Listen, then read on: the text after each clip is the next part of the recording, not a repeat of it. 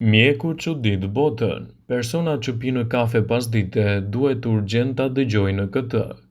Kafeja është pije e mëngjesit dhe për këtë mund të bien dakord shumë njerëz në të gjithë botën. Megjithatë, për të tjerët konsumi i saj edhe përgjatë ditës nuk është as pak një problem, madje një ritual shumë i preferuar. Konsumi i kësaj pije mund të rrisë gjithashtu energjinë kur fillon të bjerë, pra gjatë orëve të pasdites. Por a është e këshillueshme konsumi i kafes pasdite? Si ndikon ky ritual të shumë njerëz në shëndetin e përditshëm? Ekspertët kanë një përgjigje të qartë për këtë. Kafeja pasdite duhet që të evitohet.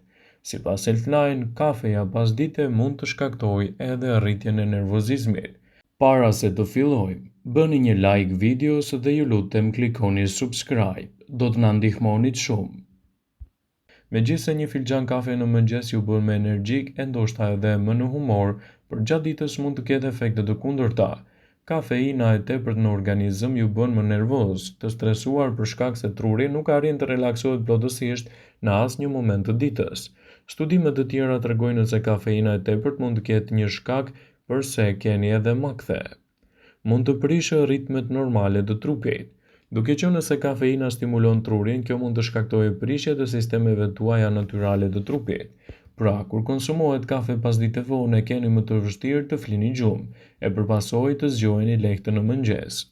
Një studim i vitit 2017 i publikuar në Sleep Medicine Reverse tregoi se kafeina prish cilësinë e gjumit duke u shkaktuar parë ati gjatë natës.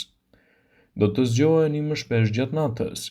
Një nga efektet anësore që lidhet edhe me lëngjet e tepërta është urinimi i shpeshtë. Kafeina ka veti diuretike të cilat ju bëjnë të urinoni më shpesh se zakonisht. Kafeina e tepërt në mbrëmje mund të shkaktojë edhe më shumë djersitje. Duke qenë se shkakton ankth, stres dhe nervozizëm, me shumë mundësi do të përjetoni edhe më shumë djersitje gjatë natës.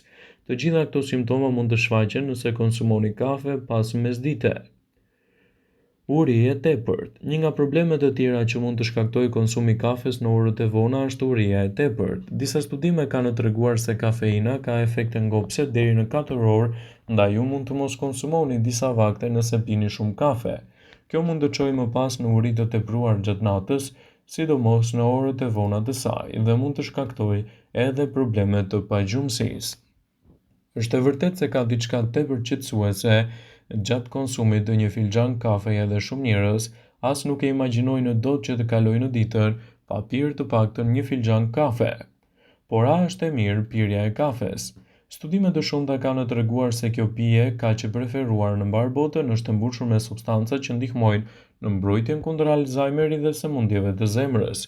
Ajo përmban gjithashtu antioksidantë dhe substanca të tjera që mund të zvoglojnë inflamacionet e brendshme dhe të mbrojnë edhe kundër komplikacioneve. Për më tepër, Healthline rendit arsyet që tregojnë pse kafeja është një pije e shëndetshme gjithmonë nëse nuk e teproni. Cilat janë përfitimet kryesore të konsumit të kafes? Për te rritjes së energjisë, mënyra se si kafeja mund të ndikojë pozitivisht në shëndetin tuaj sipas Healthline janë këto.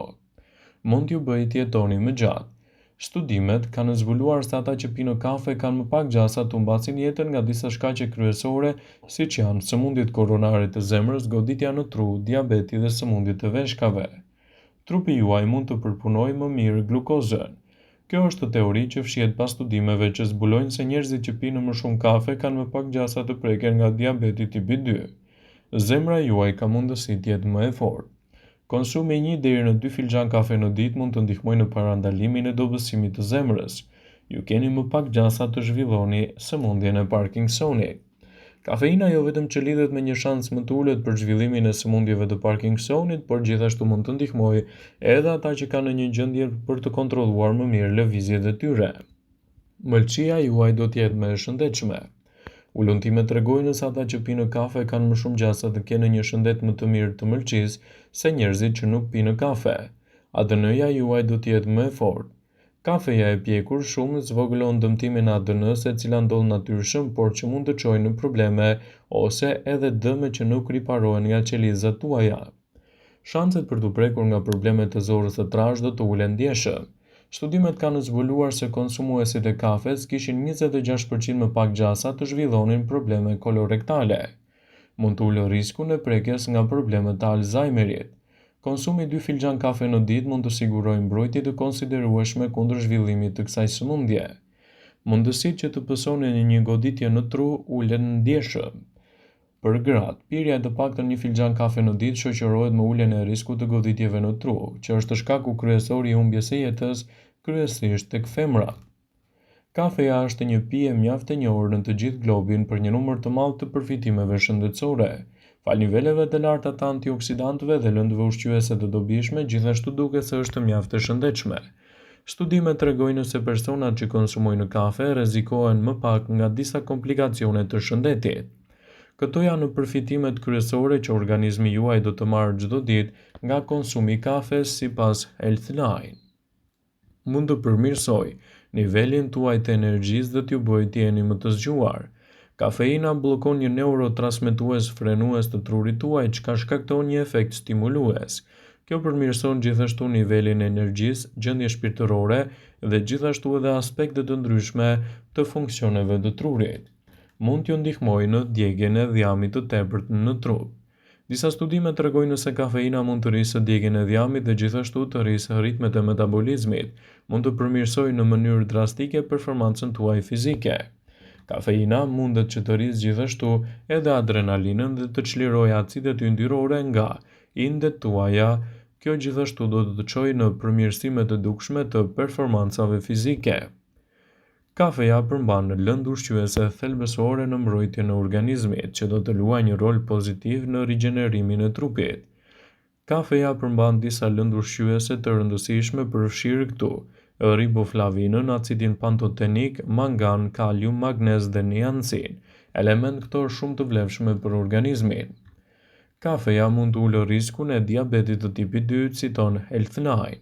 Disa studime vëzhguese kanë treguar se personat që konsumojnë kafe kanë një risk më të ulët për të prekur nga diabeti tipi 2, një gjendje e rëndë që prek miliona njerëz në të gjithë botën.